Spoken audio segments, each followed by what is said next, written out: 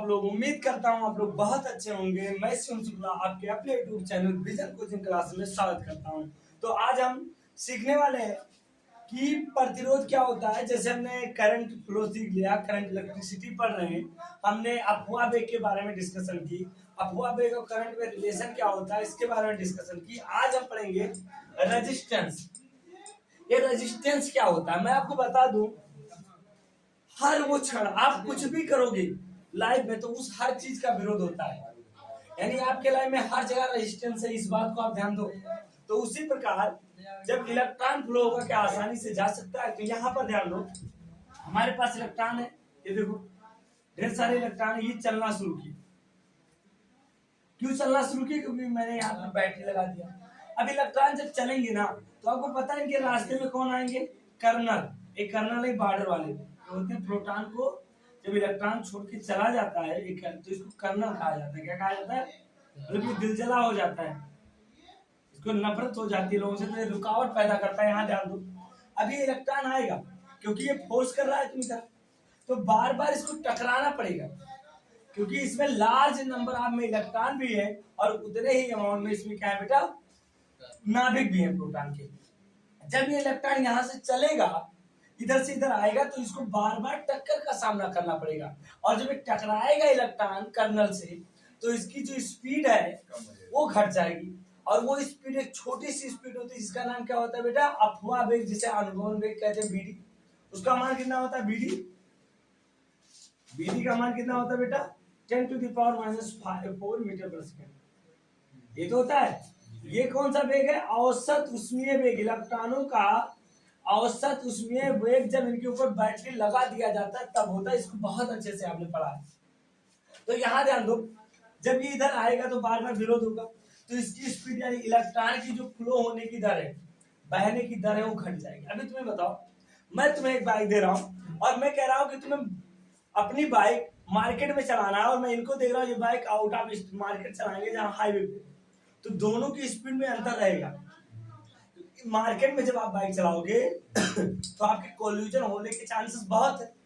रास्ते में बहुत सारे लोग आएंगे, तो आपको हर जगह अपनी स्पीड घटाना और बढ़ाना पड़ेगा सिचुएशन के हिसाब से। ऐसा क्यों? क्योंकि टक्कर हो जाएगी। ऐसे इलेक्ट्रॉन भी टकराएगा, आसानी से तो जाएगा नहीं, तो इसकी जो फ्लो होने की रेट है वो घट गई। अब जब रेट घटी तो उसी को हम क्या कहते हैं?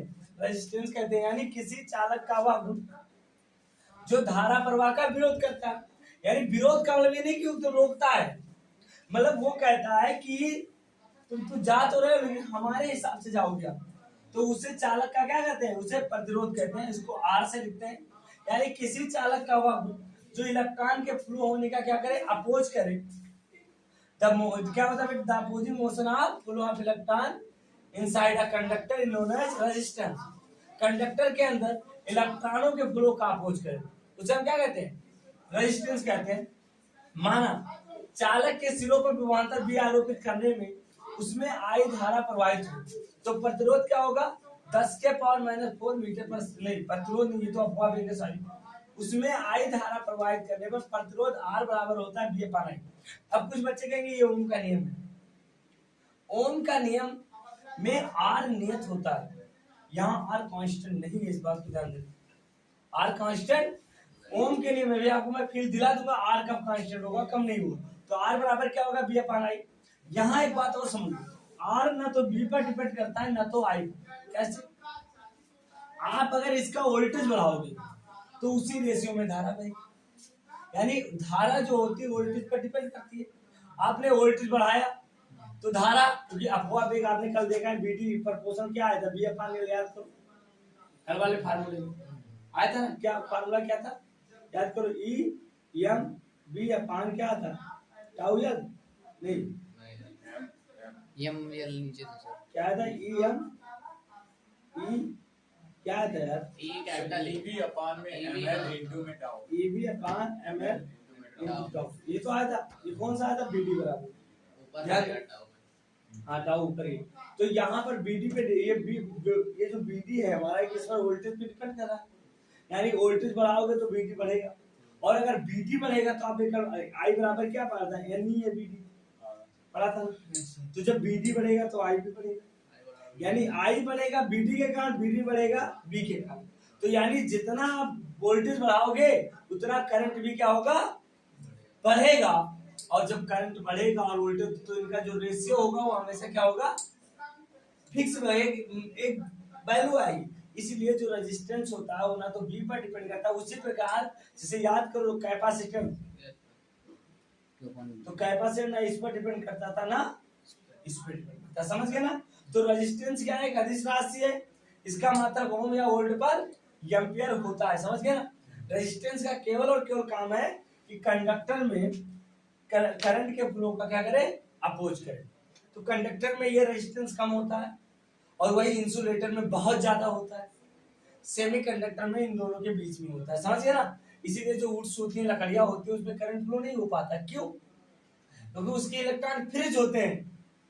अच्छा, ये करंट क्या है, फ्लो ऑफ चार्ज को यहाँ से यहाँ जाना है। तो जो वुड्स होती है उसमें इलेक्ट्रॉन है, लेकिन वो इलेक्ट्रॉन फ्रीज है पूरी तरह से, वो मूव करने के लिए अवेलेबल नहीं है। तो क्या करेंगे, जब क्या होता है घर में अगर तुम्हारे ऊपर बहुत ज्यादा शासन हो जाए, तुम स्टेचू बन जाओगे, कोई चीज तुम कर पाओगे अपना मनमानी। तो जो पहले बच्चे होते सारा काम वही तो करते। तो चलो इसको नोट कर लो आप लोग, यहाँ ध्यान दो। मुझे पता है कि अगर हम बैटरी के ऊपर विभवांतर लगा दें, बैटरी के ऊपर मतलब क्या, चालक के ऊपर बैटरी जोड़ दें, तो इलेक्ट्रॉन औसत ऊष्मा वेग बीडी से गति करते हैं।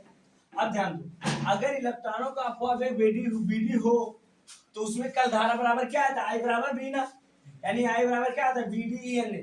ध्यान दो इधर, आई बराबर क्या आता है बेटा, बी डी, और बी डी बराबर कल हमने डेरिवेशन में सिद्ध किया था, E B upon M L into tau. अब ध्यान दो, यहाँ पर इस बीडी का मान इस इक्वेशन में रखो। तो सर इक्वेशन 2 में बीडी का मान जब रखेंगे तो फ्रॉम इक्वेशन 1 क्या हो जाएगा बेटा, आई बराबर आ जाएगा, बीडी का मान जरा रखो, तो ई B upon M L into क्या हो जाएगा बेटा, ई एन ए आएगा ना। तो यहां से जब रखेंगे ई एन आ जाएगा, तो यहां से आई बराबर आ जाएगा ई स्क्वायर एन अपान, अच्छा टाउ भी था ना, तो यहां से ई स्क्वायर एन अपान क्या हो जाएगा बेटा, एम एल, ये तो हो जाएगा इंटू ये को ऐसे एम एल, और क्या हो जाएगा बेटा, बी ए टाउ अपान ये तो मैंने लिख दिया। सुनो मेरी बात, मैंने इसको रखा है तो यहाँ पर तो बहुत अच्छा फार्मूला आएगा। तो यहाँ से हम अगर बात करें तो आई बराबर आ जाएगा ई स्क्वायर एन, बी को इधर कर दो, क्या कर दो बेटा, तो आई अपान बी हो जाएगा। तो ये हो जाएगा ई स्क्वायर एन, और यहाँ पर क्या आ जाएगा, टाउ अपान M, E square N tau अपान एम, और ये क्या हो जाएगा बी, ये क्या हो जाएगा ए बाई, इसको पलट दो जरा, अगर इस इक्वेशन को पलटेंगे हम तो बी अपान आई आ जाएगा, और बी अपान आई बराबर आ जाएगा एम बटा बी स्क्वायर एन, और बटा आ जाएगा ए बाई एल बाई क्या आ जाएगा बेटा, ए आ जाएगा, समझ गए ना। अच्छा एक बात बताओ, इस इक्वेशन को ध्यान से देखो, बहुत ही खूब, आज आपको रियल में पता चल जाएगा कि रेजिस्टेंस किस पर डिपेंड करता है। मैं इसीलिए फार्मूले को लाके बता रहा हूँ, बी अपान आई हो, एम तो कांस्टेंट होगा, एम तो कभी नहीं, इलेक्ट्रॉन का आवेश चेंज होता नहीं, इलेक्ट्रॉनों की संख्या क्या होती, चेंज होती नहीं। अगर मैं इसका टेम्परेचर क्या करूं, कांस्टेंट रखूं, क्या रखूं, तो टाउ भी कांस्टेंट रहेगा क्योंकि स्पीड चेंज होगी नहीं। टेम्परेचर कांस्टेंट है, जो इलेक्ट्रॉनों की जो संख्या वो भी चेंज नहीं हो। तो ये तीनों, ये तो दोनों डिपेंड कांस्टेंट होंगे, इनमें दोनों में देखो, अगर मैं चालक में, ध्यान देना, अगर मैं चालक में ये जो चालक के टेम्परेचर को नियत रखूं और मटेरियल ना बदलूं, क्योंकि अलग अलग मटेरियल में इलेक्ट्रॉनों की संख्या अलग अलग होती है, ये बात ध्यान दो। तो अगर मैं चालक के टेम्परेचर को नियत रखूं और मटेरियल में चेंजेस नहीं करूं, तो ये पूरी की पूरी वैल्यू क्या होगी, कांस्टेंट होगी। तो एट कांस्टेंट टेम्परेचर अगर मैं बात करूं, यहाँ पर बात करूं कांस्टेंट टेम्परेचर पर, तो एट कांस्टेंट टेम्परेचर, अगर मैं कांस्टेंट टेम्परेचर की बात करूं तो ये आ जाएगा, ये जो हमारा वैल्यू आया एम बटा ई स्क्वायर एन इंटू टाउ, इसी को हम लिखते हैं रो, रो लिखते हैं, क्या लिखते हैं बेटा, सॉरी ई स्क्वायर होगा, इसी को रो कहते हैं। और रो जानते हो क्या है, विशिष्ट प्रतिरोध है, क्या है बेटा, इसका क्या नाम है, विशिष्ट प्रतिरोध, यानी रेजिस्टिविटी कहते हैं, क्या कहते हैं बेटा, विशिष्ट प्रतिरोध, या इसी को रेजिस्टिविटी कहते हैं। अब ध्यान दो, अगर रो रख देंगे तो यहाँ पर बी अपान आई बराबर क्या आ जाएगा बेटा, क्या आ जाएगा, रो एल अपान ई। अच्छा बी अपान आई क्या है, ये आर है ना, तो यहाँ से आर बराबर क्या आ जाएगा, rho into L by E. ये आर का एक बहुत ही खूबसूरत फार्मूला आया, और ये भी आर का फार्मूला, इसको भी याद रखना, ये रो का फार्मूला है, और यहाँ से आप आर बराबर लिख सकते हो, तो आर का एक फार्मूला ये भी बनेगा।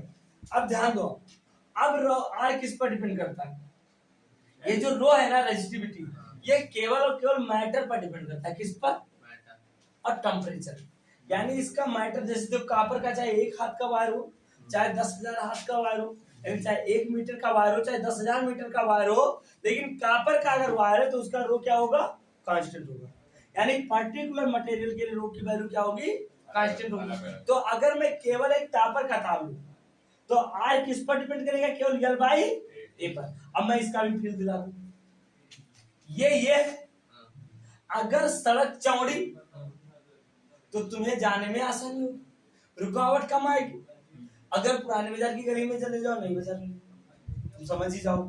अगर सड़क चौड़ी है, ये अनप्रस्थ काट का ये पाइप का जो एरिया है ये अगर बड़ा है तो आराम से जा सकते हो, बहुत ही नितरक हो गया, आराम से झूम झूम के ऐसे, मतलब क्या कहना है, पूरा एकदम कहीं भी जा सकते हो। लेकिन अगर रास्ता सकरी है तो इसका मतलब अगर इस एरिया का मान बढ़ेगा, जो रेजिस्टेंस होगा वो घटेगा, घटेगा कि नहीं, जो यूनिवर्सली प्रोपोर्शन है ना, रियल में फील हो रहा है कि अगर मैं इसका ऐसे बना लूं पाइप, मान लो ऐसे पाइप बना लूं ऐसे, तो ये जो पाइप है इसका ये सिरा जितना बड़ा होगा इसमें से आसानी से लोग जा सकेंगे। तो एक तो ये बात होगी, यानी रेजिस्टेंस क्या होगा, अगर एक का मान ज्यादा तो रेजिस्टेंस कम हो जाएगा, यानी एरिया, किसी कंडक्टर के अनप्रस्थ काट के एरिया को बढ़ाने पर प्रतिरोध क्या हो जाता है बेटा, कम हो जाता है, समझ गया। दूसरी बात देखो, अगर मैं लंबाई बढ़ा दूं तो इसमें लंबा होगा तो कई लोगों को गुजरना पड़ेगा, यानी बार बार टकराव होगा,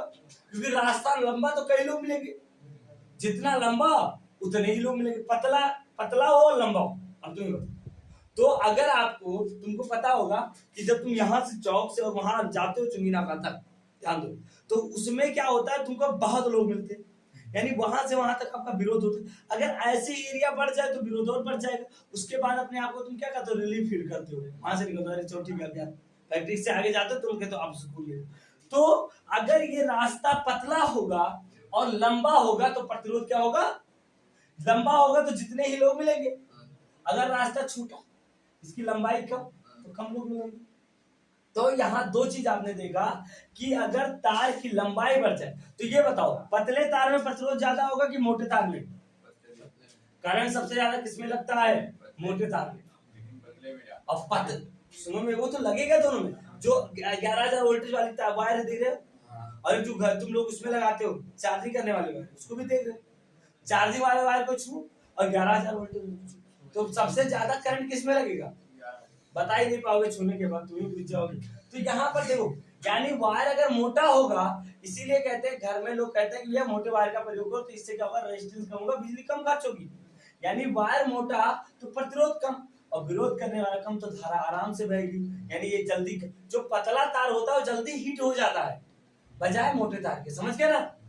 तो ये दो फायदा, यानी अब तुमको ये चीज पता हो गया, आर किस पर डिपेंड करता है, इसके प्रकृति पर, और इस पर भी डिपेंड करता है, टेम्परेचर पे भी आर डिपेंड करता है। टेम्परेचर पर कैसे डिपेंड करता है, इसको गर्म करो, ये इलेक्ट्रॉन और तेजी से उछलेंगे, अब जब ये न्यूक्लियस और तेजी से उछलेंगे, और तुम्हें बताओ अगर ये सब गति करें उधर से इलेक्ट्रॉन को आना है तो क्या होगा, तो विरोध और। तो टेम्परेचर बढ़ाने पर रेजिस्टेंस चालक का क्या हो जाता है, बढ़ जाता है, ये भी बताएंगे। तो आर डिपेंड करता है मेनली एल और ए पर, यानी एरिया कम और ज्यादा, एल ज्यादा आर ज्यादा, समझ गए ना। तो ये दो चीजों पर डिपेंड करता है, इसको डायरेक्ट हम लिख सकते हैं आर प्रोपोर्शनल एल बाई ए, समझ गए ना। तो चलो इतना आप लोग नोट कर लो बेटा। प्रतिरोध को कौन कौन प्रभावित करता है, तो प्रतिरोध का ये फार्मूला बहुत मेन है। अगर मैं इसको जान दूं, इसको एक साथ रख दूं, तो दोनों फार्मूले को मैं लिख देता हूं, मैं जानता हूं, तो उसके बाद मैं अच्छे से डिस्कस करेंगे। अभी आपने ही प्रूव किया, हम जानते हैं आर बराबर क्या है बेटा, आर बराबर है, इस वैल्यू को रखो M E square N tau, और क्या है बेटा एल बाई, ये तो है, और दूसरा आया है आर बराबर, इसी को मैंने रो मान लिया है, रो इंटू एल बाई।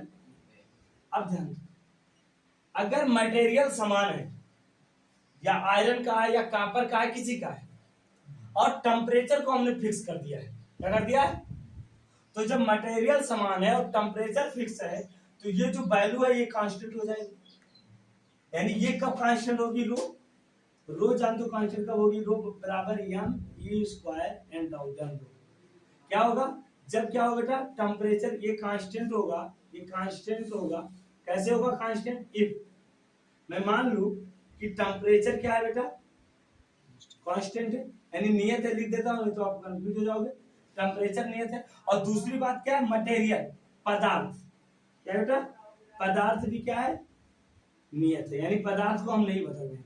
जब इन दोनों को नहीं बदलेंगे तभी ये वैल्यू कांस्टेंट होगी, क्योंकि पदार्थ नहीं बदलोगे तो इलेक्ट्रॉन की संख्या नहीं बदलेगी, और अगर टेम्परेचर नहीं बदलोगे तो शांति काल, एक चक्रों के बीच टेम्परेचर बदलने से क्या होता है यार, तुम ही बताओ। अभी यहाँ पर अंगार, अभी यहाँ भट्टी आ जाए, क्या तुम बैठ के पढ़ पाओगे, स्टेबिलिटी खो जाएगी तुम्हारी, तुम कोलिजन करोगे, भागोगे इधर उधर।